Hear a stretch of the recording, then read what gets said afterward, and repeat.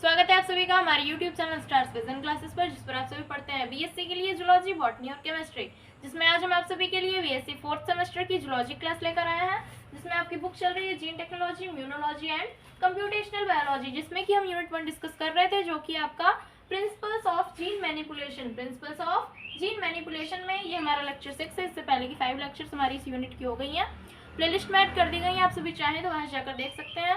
Channel पर नए हो तो सबसे पहले चैनल को सब्सक्राइब कर लीजिए, बिकॉज डेली बेसिस पर आप सभी को सारे वीडियोस प्रोवाइड की जा रही हैं बीएससी से रिलेटेड बायोलॉजी ग्रुप की, तो उसमें आप सभी को सारी वीडियोस टाइम टू टाइम मिल जाएंगी। आप सभी चाहें तो हमारे टेलीग्राम चैनल पर भी ज्वाइन हो सकते हैं, जिसमें कि आप सभी को नोट से रिलेटेड जो भी हेल्प होगी वो प्रोवाइड करा दी जाएगी। तो पिछले लेक्चर में हमने जो टॉपिक पढ़ा था, बढ़ते हैं उसके आगे की तरफ। आज क्या हमारा टॉपिक है, रिस्ट्रिक्शन एंजाइम्स। आज का हमारा टॉपिक क्या है, रिस्ट्रिक्शन एंजाइम्स। इसके पहले वाले लेक्चर में हमने क्या पढ़ा था, identification of recombinant cells. Identification of recombinant cell में हमने जाना था कि अगर कोई सेल मतलब रिकॉम्बिनेंट सेल है तो उसका आइडेंटिफिकेशन हम कैसे करेंगे कि इसमें सक्सेसफुल क्लोनिंग हुई है या नहीं। इसकी स्टडी हमने अपने पिछले लेक्चर में की थी, आप सभी वो पढ़ना चाहते हैं तो हमारे पिछले लेक्चर से जाकर देख सकते हैं। तो आज का हमारा टॉपिक क्या है, रिस्ट्रिक्शन एंजाइम्स, यानी कि आज के इस वीडियो में हम रिस्ट्रिक्शन एंजाइम्स की स्टडी करने वाले हैं। तो क्या होते हैं रिस्ट्रिक्शन एंजाइम्स, सबसे पहले हम ये जानेंगे। तो चलिए जानते हैं क्या होते हैं। Restriction enzymes are endonuclease enzymes. Restriction enzyme जो होते हैं वो क्या होते हैं, एंडोन्यूक्लियस एंजाइम होते हैं। That recognize specific nucleotide sequence, that recognize specific nucleotide sequence in DNA, जो कि डीएनए में स्पेसिफिक न्यूक्लियोटाइड सीक्वेंस को क्या करते हैं, रिकॉग्नाइज करते हैं, पहचानते हैं। And cleave both the strands of DNA double helix at or near these specific nucleotide sequence। तो क्या मतलब हुआ इसका, रिस्ट्रिक्शन एंजाइम एंडोन्यूक्लियस एंजाइम होते हैं जो कि डीएनए में स्पेसिफिक न्यूक्लियोटाइड सीक्वेंस को रिकॉग्नाइज करते हैं। And cleave both the strands, और दोनों स्ट्रैंड्स को क्लीव करते हैं, इसका विदलन करते हैं। किसके दोनों स्ट्रैंड्स का, of DNA double helix, DNA double helix के दोनों स्ट्रैंड्स का ये क्या करते हैं, क्लीविंग करते हैं, क्लीवेज करते हैं। एट और नियर, कहाँ पर करते हैं, एट और नियर, उस पर या उसके पास में, किसके, दीज स्पेसिफिक न्यूक्लियोटाइड सीक्वेंस, इसके स्पेसिफिक न्यूक्लियोटाइड सीक्वेंस पर या फिर उसके पास में ये क्या करते हैं, क्लीवेज करते हैं उसके डीएनए के दोनों स्ट्रैंड्स का। कौन, restriction enzymes. These sequences are called target sites, restriction sites और recognition sites। जिस सीक्वेंस पर क्लीविंग करते हैं ये रिस्ट्रिक्शन एंजाइम, जिस सीक्वेंस से डीएनए स्ट्रैंड्स को कट करते हैं, वो क्या कहलाते हैं, वो साइट क्या कहलाते हैं, टारगेट साइट कहलाते हैं, रिस्ट्रिक्शन साइट कहलाते हैं, या फिर रिकॉग्निशन साइट्स के नाम से उसे जाना जाता है। These enzymes are first reported by W. Erber, यानी कि ये जो एंजाइम्स थे ये किसके द्वारा सबसे पहले रिपोर्ट किया गया, W. एर्बर के द्वारा फर्स्ट रिपोर्ट किया गया इन एंजाइम्स का। कब किया गया, 1962 में। ये इंपॉर्टेंट पॉइंट हो जाता है अगर एग्जाम्स में अल्टरनेटिव क्वेश्चन आने वाले हैं तो।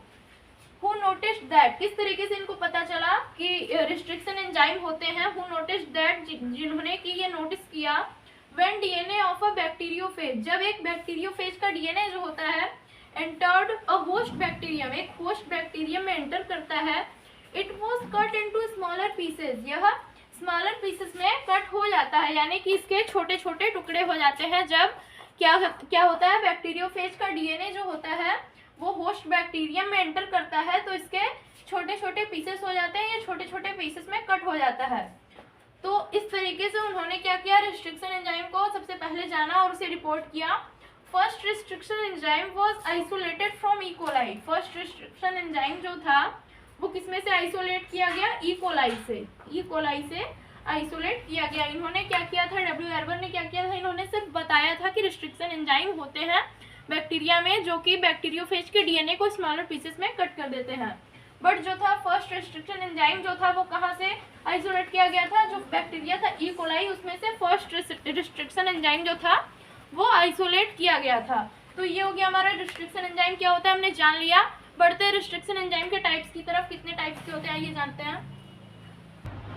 बात करते हैं रिस्ट्रिक्शन एंजाइम के फर्स्ट टाइप की, टाइप फर्स्ट रिस्ट्रिक्शन एंजाइम्स की बात करते हैं। क्या होते हैं, these interact with an unmodified recognition sequence, यानी कि यह एक अनमोडिफाइड रिकॉग्निशन सीक्वेंस से इंटरेक्शन करते हैं। अनमोडिफाइड रिकॉग्निशन सीक्वेंस जो होता है उससे ये इंटरेक्शन करते हैं कौन, टाइप फर्स्ट रिस्ट्रिक्शन एंजाइम जो होते हैं इन डबल स्ट्रैंडेड डीएनए के अनमोडिफाइड रिकॉग्निशन सीक्वेंस से क्या करते हैं, ये इंटरेक्ट होते हैं। उसके बाद क्या होता है, these cleave only one strand of DNA at a random site, यानी कि यह क्या करते हैं, only one strand of DNA, यानी कि यह सिर्फ डीएनए के केवल एक स्ट्रैंड को क्लीव करते हैं, उसे कट करते हैं एट अ रैंडम साइट, एक रैंडम साइट से। They recognise sequence of about 15 base pair, they recognise sequence of about 15 base pair and cleave DNA about 1000 base pair away from 5' in sequence located within the recognition site, located within the recognition site। क्या मतलब इसका, they recognize, वे पहचान करते हैं sequence of about 15 base pair, यानी कि 15 base pair तक के सीक्वेंस की पहचान वो करते हैं।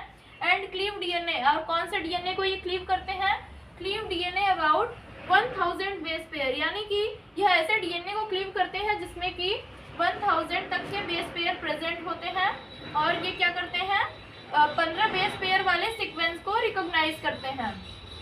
From 5' in sequence, 5' in sequence से located within the recognition site, जो कि रिकॉग्निशन साइट के साथ प्रेजेंट होता है, लोकेट करता है। These enzyme require Mg2+ ions, यानी कि ये एंजाइम जो होते हैं ये magnesium ions, ATP and S adenosyl की रिक्वायरमेंट होती है इन्हें, S adenosyl methionine cofactors की इन्हें रिक्वायरमेंट होती है, किस लिए, रिस्ट्रिक्शन के लिए। यानी कि ये जो टाइप फर्स्ट रिस्ट्रिक्शन एंजाइम होते हैं इन्हें magnesium ion, ATP and S adenosyl methionine की आवश्यकता होती है रिस्ट्रिक्शन के लिए। तो ये हो गए टाइप फर्स्ट रिस्ट्रिक्शन एंजाइम। बात करते हैं टाइप सेकेंड की।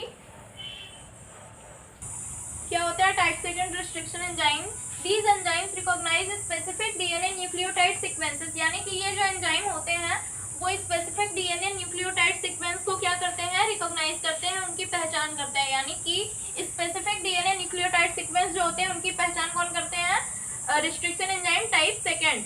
These cleave both polynucleotide chain, यानी कि ये दोनों पॉलीन्यूक्लियोटाइड चेन को क्लीविंग करते हैं, उन्हें कट करते हैं। यानी कि ये दोनों पॉलीन्यूक्लियोटाइड चेन जो होते हैं डीएनए के डबल हेलिक्स में जो दो पॉलीन्यूक्लियोटाइड चेन होते हैं ये दोनों की क्लीविंग करते हैं, दोनों को कट करते हैं with in outside the palindromic sequence, यानी कि पैलिंड्रोमिक सीक्वेंस के आउटसाइड में। These require only Mg2+ ions for restriction, यानी कि इन्हें सिर्फ Mg2+ आयंस की रिक्वायरमेंट होती है, किस लिए, रिस्ट्रिक्शन के लिए। यानी कि ये रिस्ट्रिक्शन के लिए ओनली Mg2+ आयन की रिक्वायरमेंट रखते हैं, यानी कि इन्हें इसकी आवश्यकता होती है।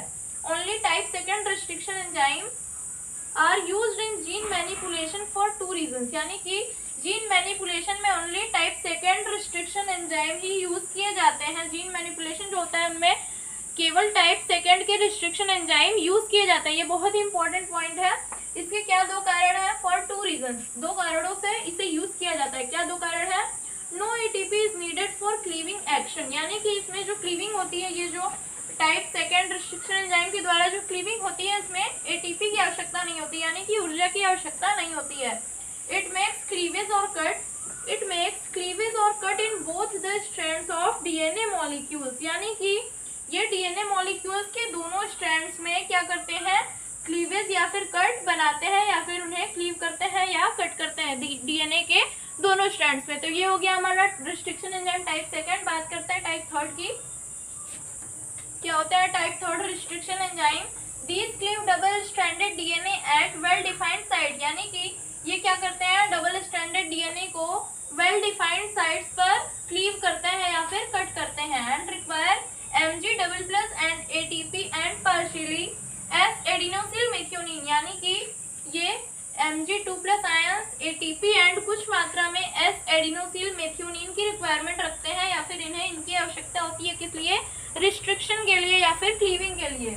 नेक्स्ट क्या है, these enzymes are intermediate between type first and second, यानी कि ये जो एंजाइम होते हैं टाइप थर्ड जो एंजाइम होता है ये टाइप फर्स्ट एंड सेकेंड के बीच इंटरमीडिएट का भी वर्क करते हैं या फिर इंटरमीडिएट होते हैं।